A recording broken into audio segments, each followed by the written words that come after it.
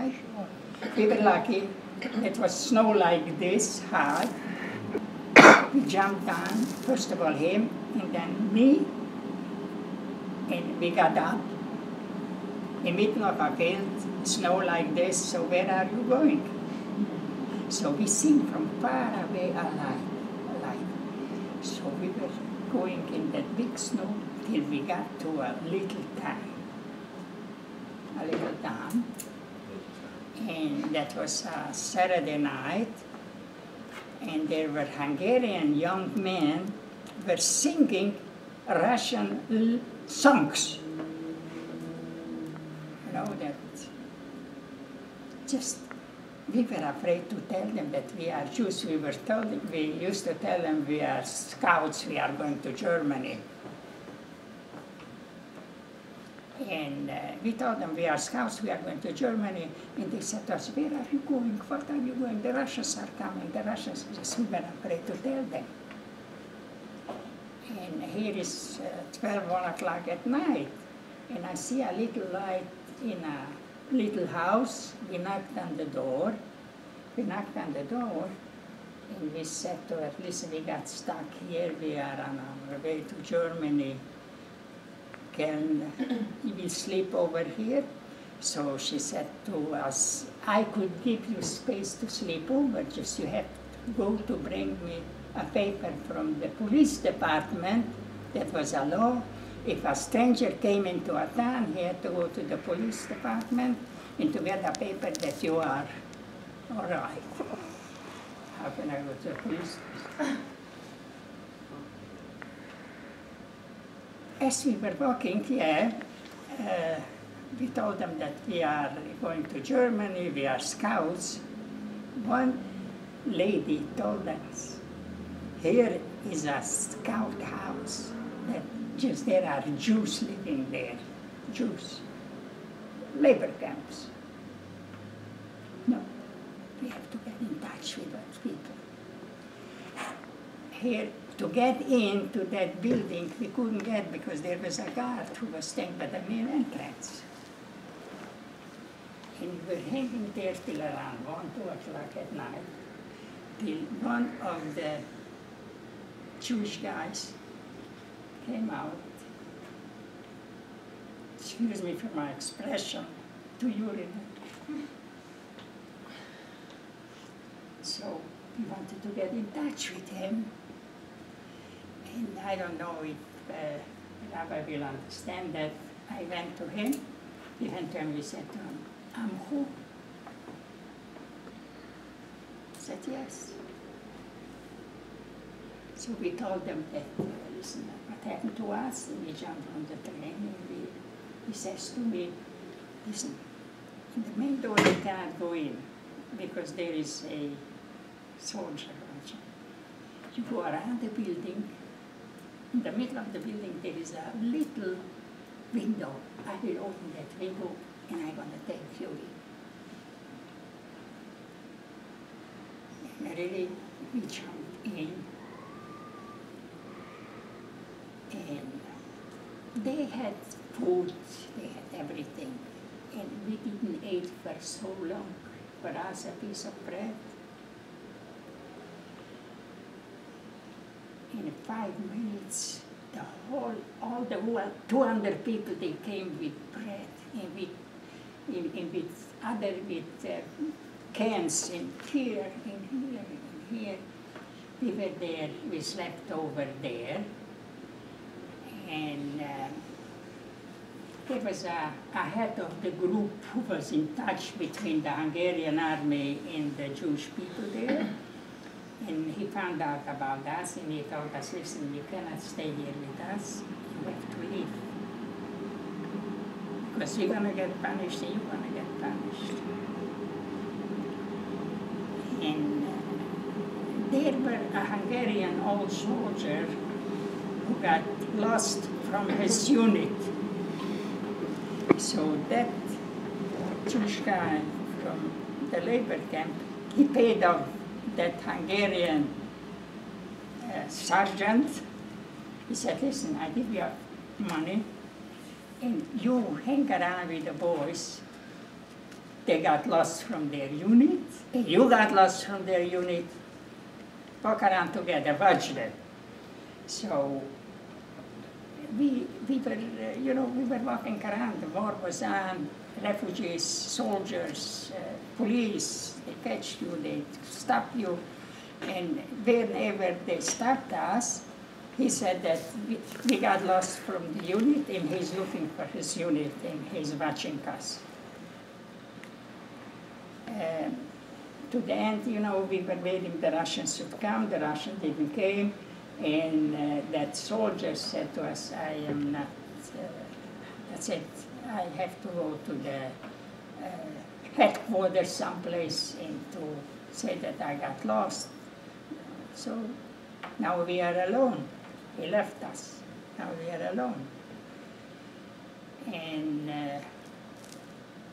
then we found again Jewish people. They took us in. Just what happened, we were about 3 or 4 weeks with them together working. And an order came. All the Hungarian labor camps, they took us over to Austria. They took us over to Austria, and we were marching. A lot of people got killed, and people were dying, no food, sleeping in the snow, no covers, nothing. I lost their brother. Another brother, was the third brother. Yeah, I lost their brother. Can you imagine that they were the Ukrainians, they were allies to the Germans. Right. And they volunteered to the German army. And there were a young guy. He was shooting between us. An Austrian woman, what are you doing? What are you doing? He said, we have to kill all the Jews because they brought on us the Communist Party. So the march led them to Mauthausen, concentration camp. I was in Mauthausen for about, not for too long, we were lucky. This was like around January of 1945. Yeah, that was already 1945. From there, they took us to Günzkirchen. Günzkirchen was, that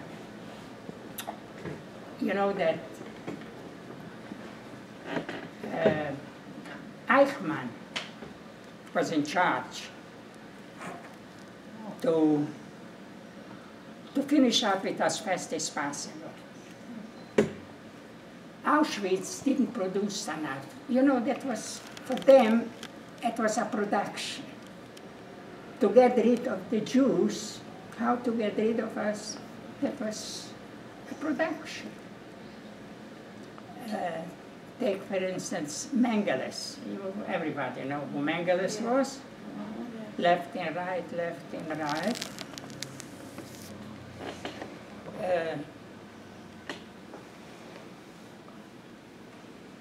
For him, he killed 3,000 Jewish children. He came home from work. For him, it was a job. He played with his children, and he, like nothing would happen, he changed his clothes, and nothing happened. The first neighbor didn't know what he's doing. They didn't know. Nobody knew. The first thing when we found out about Mengeles had a young girl, a daughter, who survived the war. And when she found out what her father did, she got in touch with the Zionist organization. She went to Israel, and she asked they should forgive her for her. They should forgive her. She was terrible, crying day and night. You were with us in Auschwitz? No, Hannah was. My daughter, Hannah. We want to finish this story, but Yeah. so when he was in Gurkhausen, which was it was towards the end of the war,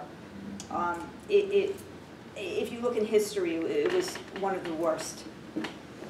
And, but fascinating, in the midst of hardly having any strength, my father and his brother realized the war was over. You want to talk about your last day? What happened is, the concentration camp was Excuse me, where about... were you at this time? He was in Gluckhusen. Gluckhusen was a satellite to Mauthausen. So he went on a death march to Mauthausen, and then from there he went on another death march to Gluckhusen. That Günzkirchen, These are both in Ukraine? No, this is in Austria. you know Why that... were you in Auschwitz? I'm sorry? Wasn't enough. In Auschwitz? No, he was just bringing up a story about Mengele. He went off on a I tangent. was not in Auschwitz. You know, my mother was in I Auschwitz. was not. Yeah, We went back to But he was, Auschwitz. what he That's wanted to what- bring out is that there was the 70th anniversary of the liberation of Auschwitz, the celebration. He went with my daughter. So, but he'll do that story in a second. I want to finish up Günzkirchen was a satellite of Mauthausen because Mauthausen,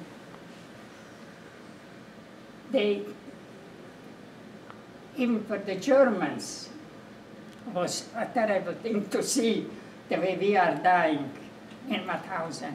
And now the Like flies. Like people, I was sitting in the sitting. We didn't sit in a barrack, we were pushed in, I don't know where 200 people were staying comfortable, thousands of us. I talked to people around me in the evening, in the day, I got up in the morning, I woke up. He's dead, he's dead, he's dead. In Günzkirchen, most of the Hungarian Jews died. Not from a bullet. Not from a bullet. Just the way they behaved us. starvation, Uh, diseases.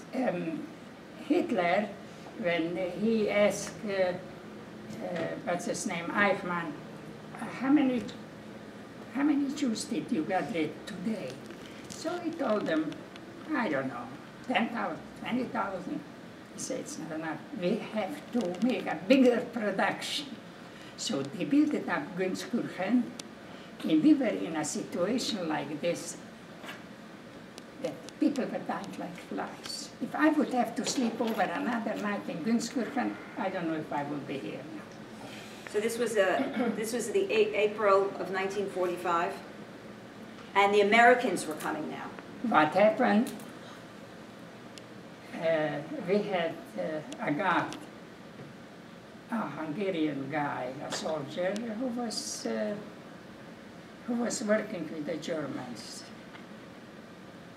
And that Hungarian guy was telling me, you know, the Americans are coming. They are not far away. Another 2 days, another 3 days. We were about 2-3 kilometers from the main road, which was going, that was a main highway between Vienna and Linz, Graz, people wouldn't know anyway, a main highway. We were about 2 kilometers between a wooden area, and there, that was the death camp.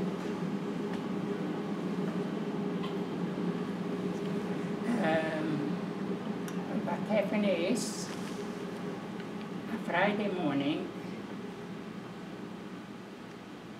we found out that the Americans are not far away. Not far away. And I was lucky, I was young, I wasn't too long in the concentration camps. I still have enough energy in my brother. And one day the guard left. So what should we do? We decided to go out to the main road. The main road, this was the first troops which came in. The U.S. troops. U.S. troops which came in, and they occupied that area. And we jumped on a jeep or a truck. They took us. The first city was Graz, a big city, the second largest city in Austria. The first troops came in and they made a curfew. No civilians on the street. We didn't know about the curfew, we didn't know nothing. We are walking on the street, the two of us, suddenly two soldiers, one was Afro-American and one a white one. Hold up! We picked up our hand. Who are you? And we told them we are Jews, we got liberated here in that concentration camp. And he's telling us, you are lying, Hitler killed all the Jews. There is no more Jews left here. Because, one second, because when the Nazis left, when he said the guards left, what they did is they dressed up, putting on the prisoner war clothes and making believe that they were Jews. Oh, all right, that's another story. So we decided, me and my brother, we're going to go out from that camp. Right. So when the American soldier, the two soldiers... I'm coming to that point now. We got out, and we got into Graz. It's a big city, and they made a curfew the other way. The Americans, they were the first group, they made a curfew. Nobody can be on the street. Now every time, two soldiers, one was Afro-American, one a white one. So we told them that we are Jews. He said, no, we can kill all the Jews. And then he's telling us, I'm Jewish. The soldier. The American soldiers. We started to kiss him and to hug him. So happy. We were kissing him and hugging him. And he said, the soldier is telling to us, all right, you are coming with me. He was stationed by a German lady in Austria. And he said to the lady, listen, you're going to give those two men clean clothes, make sure they took a shower, and give them to eat. I'll be back later. And that woman was so afraid, not from the soldier, from us. And we didn't do nothing to her. She was afraid that that would be the right way. Nakama. And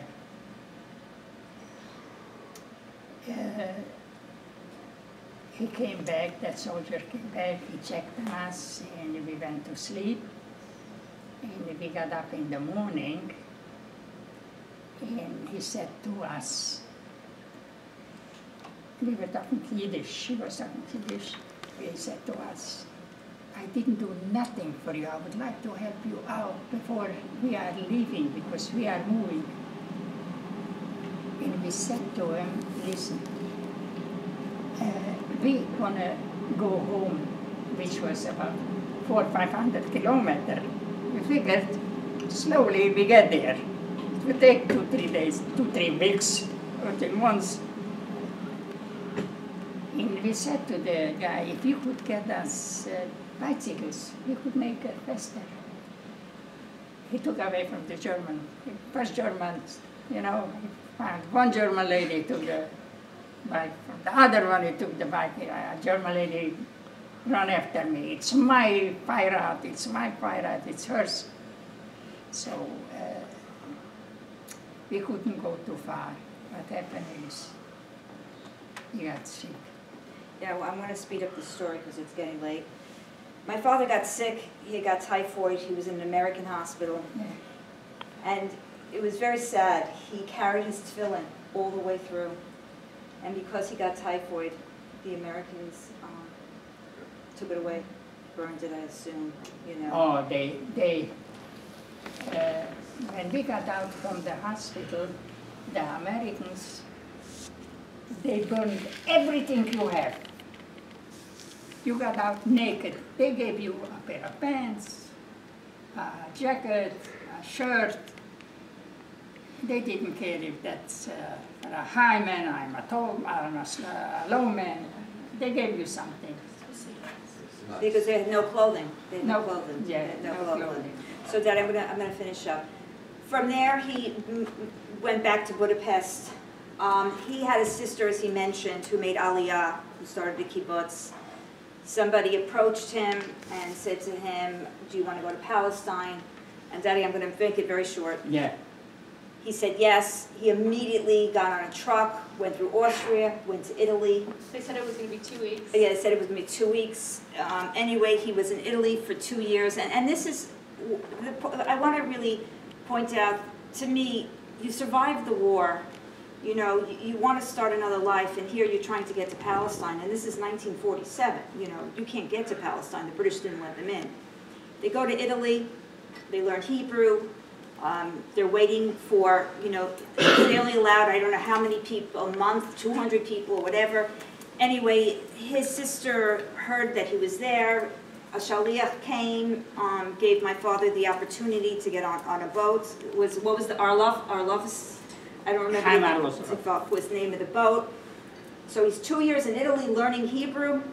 He goes on the boat. It's about, he goes on the boat. They get to Haifa. They dress him up as a child. Well, no, not yet. They go to Haifa, and here the British come onto the boat. They start fighting with the British, you know. Anyway, they didn't let them onto the shores of Haifa. Can you imagine? He survives the war. He spends time in Italy, and now he has to go to Cyprus behind barbed wires. He's there for another 2 years, and if anybody knows the history, Golda Meir was very, very smart. She made a deal with the British. She wanted to get the kids from Cyprus to come to Israel, to Palestine at the time. They dressed, my father was 20. They dressed him up as a young kid. They shaved his head. They put on small clothing. He had to go in front of a panel to see if he would pass. He passed. And can you imagine? This is March of 1948.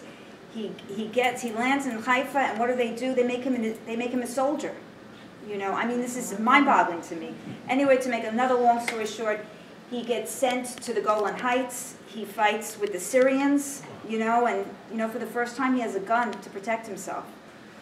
So anyway, my father was part of the state of starting the state of Israel. He fought in the 1948. He fought in the 1956 war.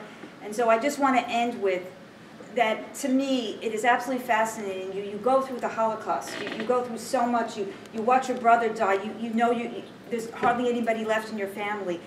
And you go and you go to fight and try to help establish the state of Israel. Is just absolutely mind-boggling to me. And as I say to my kids, your inheritance, your Yerusha, is not money, but it's learning about strength and courage. And it's really with the survivors that we really owe of having the state of Israel. And I very true. There and very good. So just on that note, on that same note,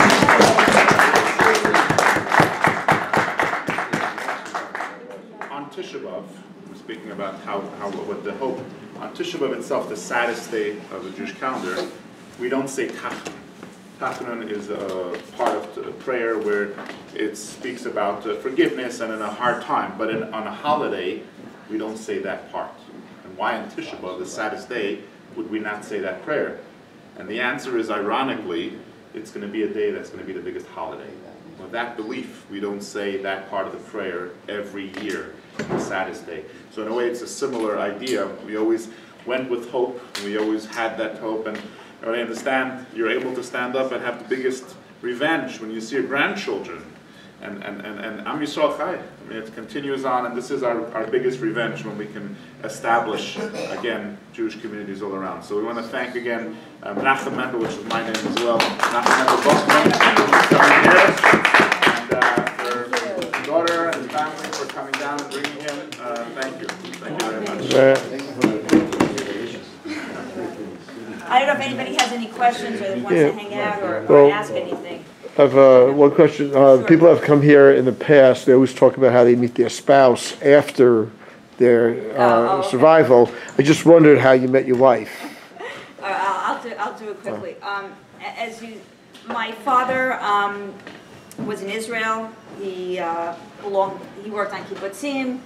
So he lived there for many years, and he had all his family that survived, 2 sisters and 2 brothers. They all went to Israel.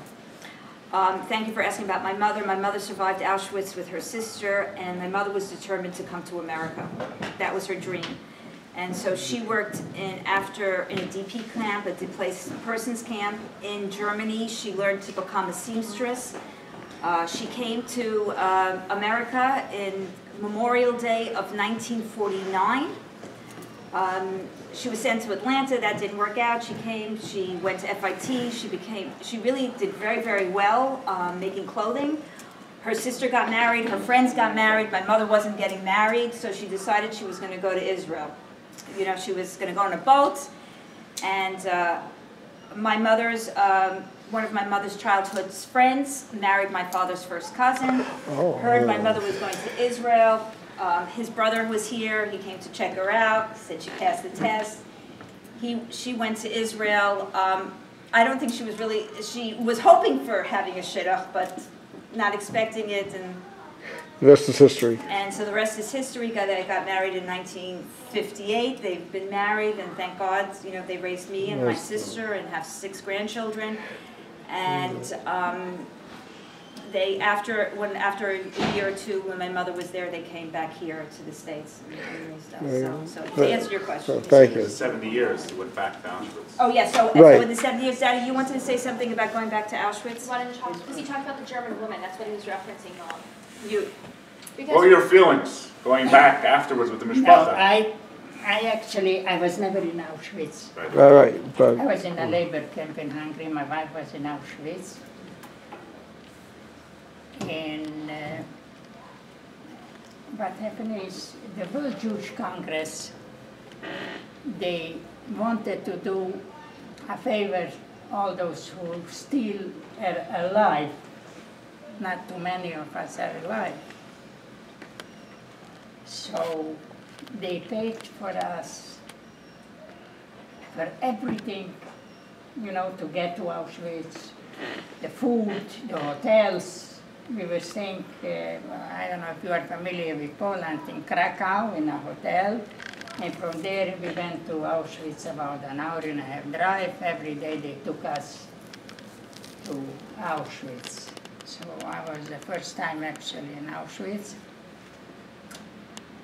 Did you think you would come back with a family? Pardon me? When you were... We went back one time as a whole family before that. Yeah, but even that first time, meaning when you were in the camps, did you Yes. picture you would come back with a family? Dad, did you ever think that after you survived the Holocaust, you would ever come back and bring your family? I didn't want to go to Auschwitz. I didn't want to leave Israel to no place. It's not just the Germans, it's not just the Italians or the Hungarians. The world was full with anti-Semites all over, because they could stop it. and they didn't. In Rome, the Vatican, they didn't do nothing. They said, what was this, the 12th Pope? Yes. He said, we wanted to help, just the Germans, they didn't let us. So I have an answer for that. I don't know if you people heard about the history of the Bulgarian Jews. Oh, it's beautiful. It's very fascinating. I will make it. Oh, the Bulgarians, they were saved by them. Yeah. I will make it short. You know, when Eichmann came to Bulgaria, and he wanted to take out the Jews from Bulgaria, and the Prime Minister said to him, listen, I don't know, you are different Jews. My Jews, they talk like me, they dress like me, they look like me, they're my brothers. I'm not going to let them go. And none of the Bulgarian Jews were killed. They would never went to concentration camp. No. And listen, I understand that Eichmann and Hitler, they didn't want to fight with the Bulgarians, so what, I don't know. Just they survived, every Bulgarian just survived. Because the whole nation, the whole Bulgarian nation, stood up and they said, no, not our Jews. The Hungarians, they said opposite. We don't want to have one Jew here. Take them. The Polacks, Same the thing. Lithuanians, Same the thing. Lithuanians, Same thing. Letland, all over. Yeah, they, 59. But answering your question about when he went back to Auschwitz, and there's a little video and I can send it to you. I think that was beautiful. Unfortunately, there weren't too many survivors, and my daughter can attest to it. But the survivors got together singing Hatikva and singing Hebrew songs, and like you said, that's our revenge. You know, the survivors came back with children or grandchildren, and that's why this story has to be told, not as much as for us to understand that we have to stand up, and that it was very well said, you know, when you went with him, did you go with him? Yes, to Frisch. And when you got interviewed, yeah. and they went around and they said, what was the lesson you learned? Or Well, what would you teach the next generation? What will you teach the next generation? And I think my father said it so brilliantly, a strong Israel. And we can't forget that. And I always tell my daughter, if you get, something happens to you as a Jew, America's not coming to save you, but Israel will. Hopefully. But that's why we need a strong Israel. What I say is that every one of us, every Jew in the world, wherever he is,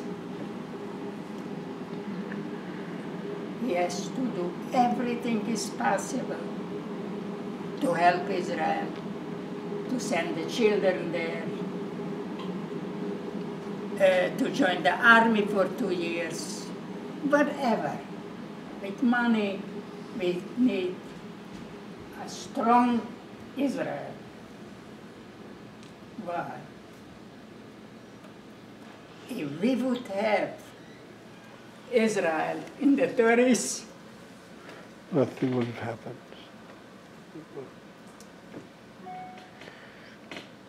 Very true. It's very true. we wouldn't have our kids.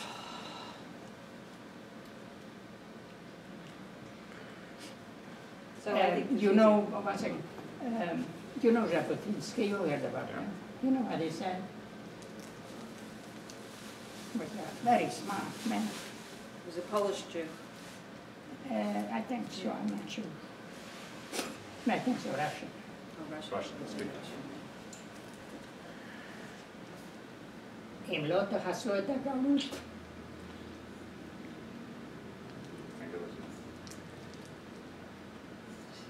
Did I translate? הגלות יחסל אתכם.